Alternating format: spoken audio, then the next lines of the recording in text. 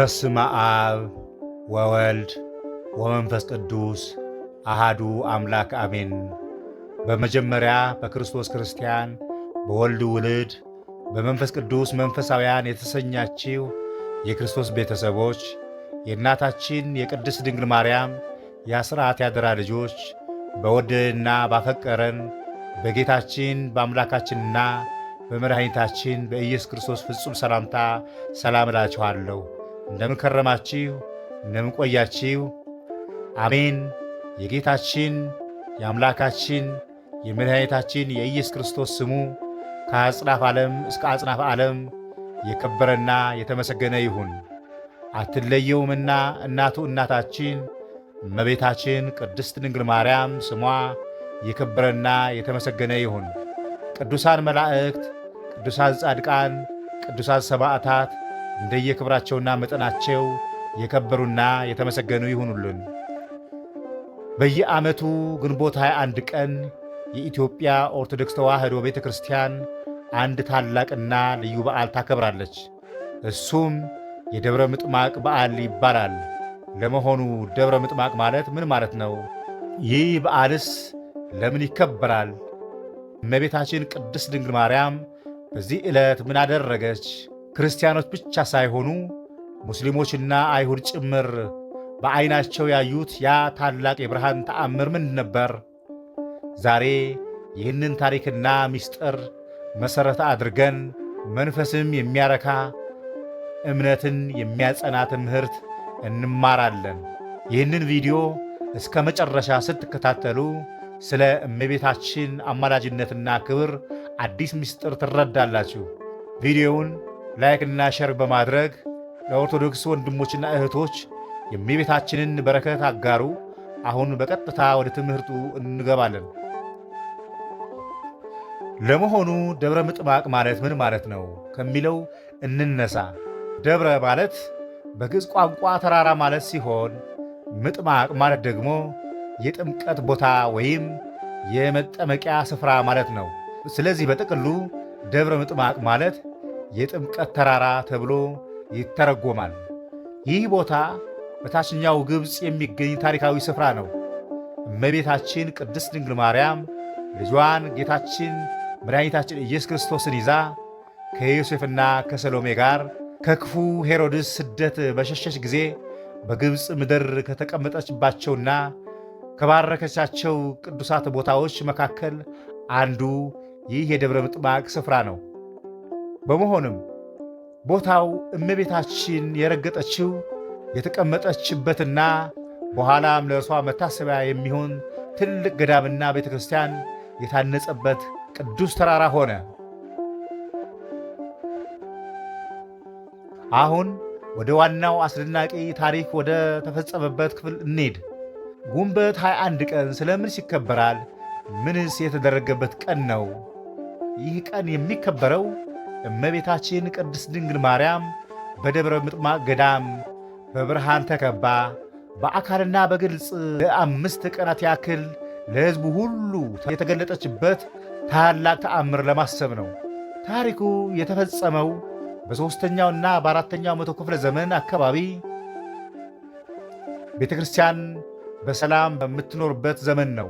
በወቅቱ በግብፅ በደብረ ምጥማቅ በሚገኘው የእመቤታችን ቤተ ክርስቲያን ከግንቦት 20 ጀምሮ እስከ ግንቦት 25 ቀን ድረስ እመቤታችን ቅድስት ድንግል ማርያም በሰማይ ደመና ላይ ሆና በታላቅ መለኮታዊ ብርሃን ተከባ ትገለጥ ነበረ።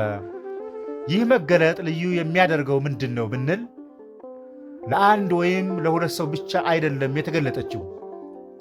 በቦታው ለተሰበሰቡ በሺዎች ለሚቆጠሩ ክርስቲያኖች፣ ለአረማውያን፣ ለጣዖት አምላኪዎች ማለት ነው፣ ለሙስሊሞችና ለአይሁድ ጭምር ነው በግልጽ የታየችው። ሁሉም በዐይናቸው አይተዋታል።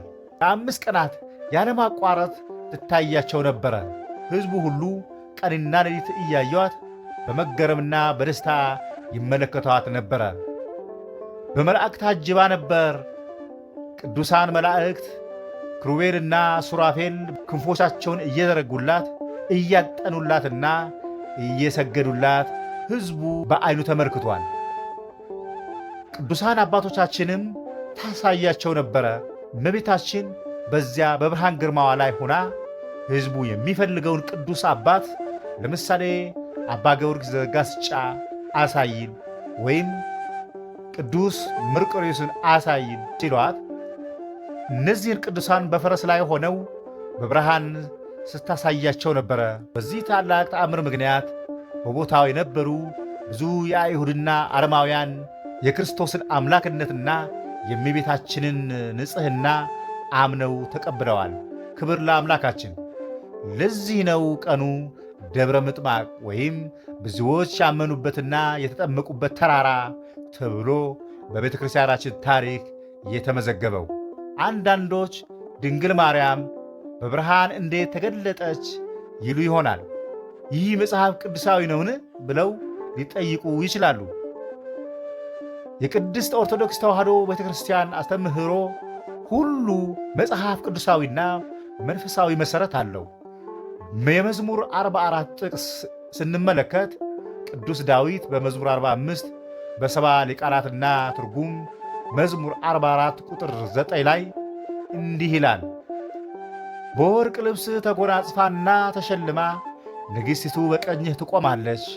እመቤታችን በደብረ ምጥማቅ ስትገለጥ የነበረው ግርማና የወርቅ ልብስ የሚመስለው መለኮታዊ ብርሃን ይህንን ትንቢት የፈጸመ ነበረ። የዮሐንስ ራእይ ምስክርነትም እንዲሁ ስንመለከት በራእይ ዮሐንስ ምዕራፍ 12 ቁጥር 1 ላይ ቅዱስ ዮሐንስ በሰማይ ስላያት ሴት እንዲህ ይላል፣ ታላቅ ምልክት በሰማይ ታየ፣ ፀሐይን የተጎናጸፈች ጨረቃንም ከእግሮቿ በታች የሆኑ በራሷም ላይ የ12 ከዋክብት አክሊል የሆነላት አንድ ሴት ነበረች። ይህች ፀሐይን የተጎናጸፈች ሴት እመቤታችን ቅድስት ድንግል ማርያም ናት። በደብረ ምጥማቅም የተገለጸችው በትክክል ፀሐይን ወይም መለኮታዊ ብርሃን ተጎናጽፋ ነበረ። እግዚአብሔር አምላክ ቅዱሳኑን በብርሃን እንደሚገልጡ ሁሉ ከቅዱሳን ሁሉ በላይ የሆነችው የሰማይና የምድር ንግሥት የአምላክ እናት ድንግል ማርያም የሰውን ልጅ እምነት ለማደስና ለማጽናናት በብርሃን መገለጧ እግዚአብሔር ለእሷ የሰጣትን ታላቅ ክብር ያሳያል። ክብር ለአምላካችን። ታዲያ ይህ በግብፅ ምድር የተደረገ ተአምር በኢትዮጵያ ኦርቶዶክስ ተዋሕዶ ቤተ ክርስቲያን ለምን እንዲህ በድምቀት ይከበራል? የመጀመሪያው ምክንያት ኢትዮጵያ የእመቤታችን ቅድስት ድንግል ማርያም የአስራት ሀገር ስለሆነች ነው።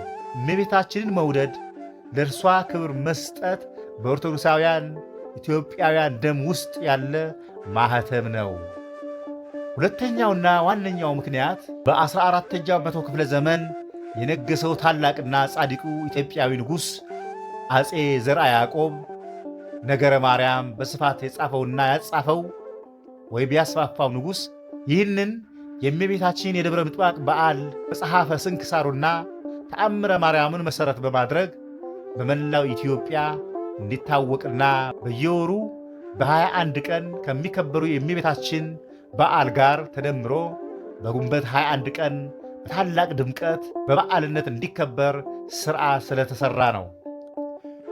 በዚህ ዕለት ምዕመናን ወደ ቤተ ክርስቲያን በመሄድ ማኅሌት በመቆም ቅዳሴ በማስቀደስ ስለ እመቤታችን ቅድስት ድንግል ማርያም ፍቅርና አማላጅነት እየዘመሩ ቀኑን በደስታና በበረከት ያሳልፉታል።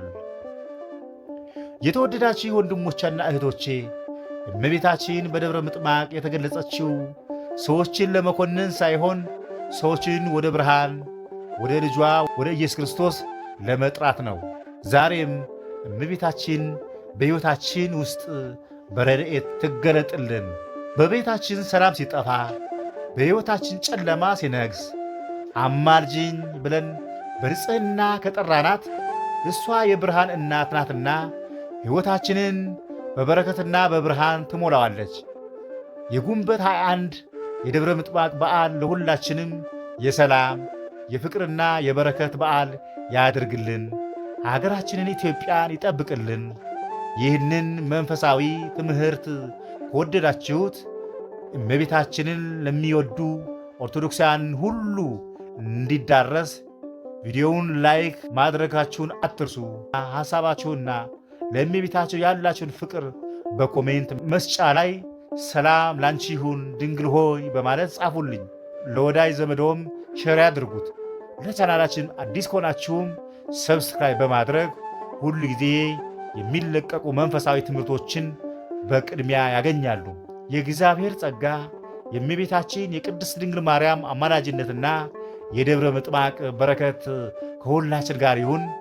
ወስብሐት ለእግዚአብሔር ወለወላዲቱ ድንግል ወለመስቀሉ ክቡር አሜን።